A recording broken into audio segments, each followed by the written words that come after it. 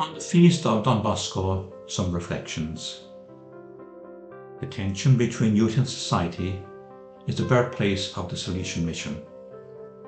It began in Turin during the Industrial Revolution. Bands of youth were roaming the streets of the city, used as labourers, and were boarding in Turin away from their rural families.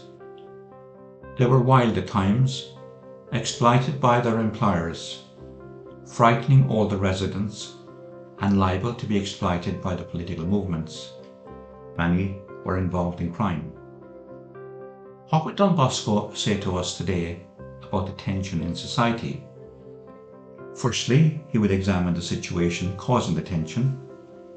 He spent many months walking the streets of Turin, meeting young people, talking to them and listening to different opinions, ever before he made a response.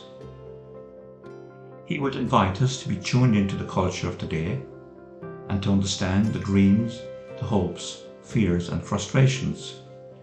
To understand that our world today is going through vast changes and that artificial intelligence and ChatGPT are just a tiny part of it. Phones are an extension of the hands, and instant communication has changed how we live and interact. How did Don Bosco respond? At its simplest, Don Bosco created a home and invited his mother to join him. In time, he built up a community and a way of working that brought young people to life. The first Salesian house was a space where young people were known and recognized, and they could be themselves. A stable, consistent and caring atmosphere made up for the chaos they were experiencing in the city.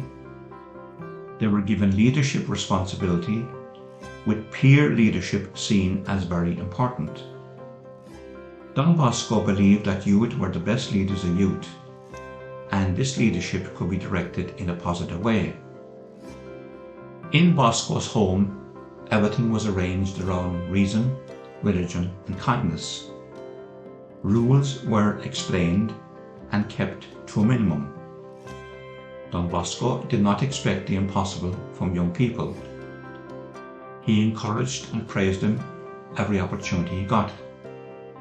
But he also challenged their behaviour and did not tolerate bad behaviour.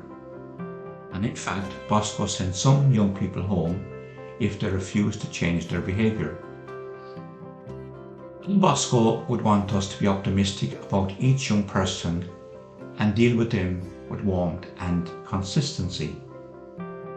He would want us to treat young people with respect and live that respect in our adult relationships. He would want us to listen to young people. He would invite us to share our own faith stories with them and to journey with young people and help them discover their own truth and goodness. Bosco said that youth is that part of society which is so exposed and yet so rich in promise. Bosco would tell us to focus on relationships because there is a profound mystery in the heart of every teen. God is prophetic in young people. Don Bosco would want us to remember that we belong to God. And perhaps the wildness of the unrest in today's world is symptomatic of a society that has forgotten how close God is. There are timeless principles of mentorship, education, empowerment and community building that contribute to the positive development of young people. We, the followers of Don Bosco, are invited to be mentors, supporters and heroes for today's generation. And over my years as a Salesian, I have learned one important fact working with young people.